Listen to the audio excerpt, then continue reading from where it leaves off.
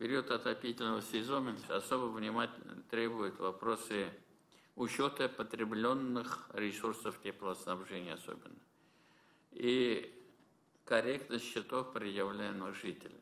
Хөкүмәт йортында бүген сүз торак коммуналь хезмәтләр өчен түләүләр турында. Юктан түгел, гыйнвар квитанцияләрендә халык декабрь айында индексацияләнгән тарифларны күрде. Аерым алганда яңалык ут, су, газ, җылылык, чүп түгүгә кагыла. Казанда бу хезмәтләр өчен түләү 10% арта. Бу башкаладагы су трубаларына һәм канализация челтәрләренә ремонт үткәрелүгә бәйле.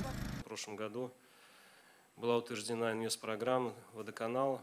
Узган ел Казан водоканалының инвестиция программасы расланган иде. Хөкүмәт карары буенча казанлыларга суга түләү өчен аерым индекслар билгеләнде. 2023 ел өчен башкалада тарифлар 10% тирәсендә кала. Гомумән алганда тарифларның артуы коммуналь челтәрләрнең искерүе белән бәйле. Бүген республикада су трубалары, ут чыбыклары 55%-ка тузган. Аларга ремонт кирәк.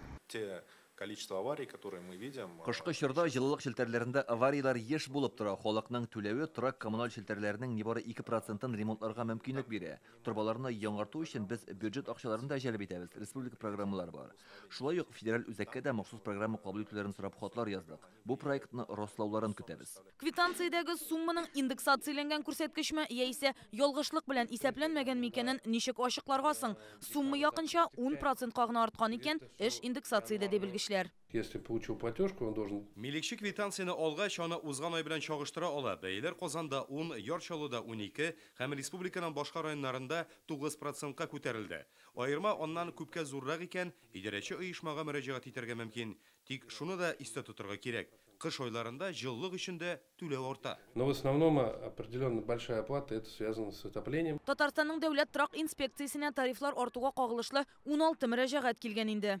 Для некоторых собственников. Аңлашыла, кайбер милекчеләрне түләүләренең булай артуы аптырашта калдырган. Казаннан 13, Ярчаллыдан 3 кеше мөрәҗәгать итте инде. Суманың ни сәбәпле артканын, нигезлеме, юкмы икәнен тикшерәчәкбез. Әгәр торак коммуналь хезмәтләр өчен түләү гаилә кеременең 21%-нан артып китә икән, аларга субсидия каралган. Шулай ук федераль һәм республика ташламаларына ия булучыларга да ярдәм күрсәтелә. Татарстанда шундый 600 меңнән артык гаилә бар. Күп балалы гаиләләр аларга да шулай ук льготалар, субсидиялар коммуналь хезмәтләре өчен, торак хезмәтләре өчен каралган закон буенча һәм тарифлар үскән сайын ул льготаларда субсидиялар шулай ук үсеп бара. Һәм январь айында ул кешеләр региональ льготниклармы, федераль льготниклармы ул субсидияны инде күбесен размерда, үскән размерда алачак. Социаль яктан ярдәм кирәк булган гаиләләр турында Рөстәм Миңнеханов аерымда искәртте. Гомумән түләүләрнең дөрестлегенә зур игътибар бирергә кушты.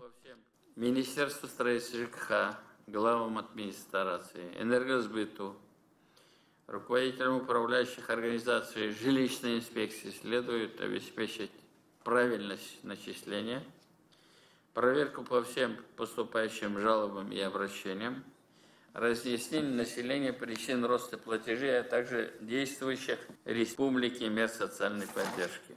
Тарифларның әле декабрь айында гына өстәмә артуын исәпкә алып, быел әлеге тармакта индексация булмаячак. Шулай итеп тарифларның чираттагы артуы киләсе 2024 елның 1 июленә генә планлаштырыла. Рания Абдрахманова, Ләйсән Сәитова, Яңа Гасыр каналы.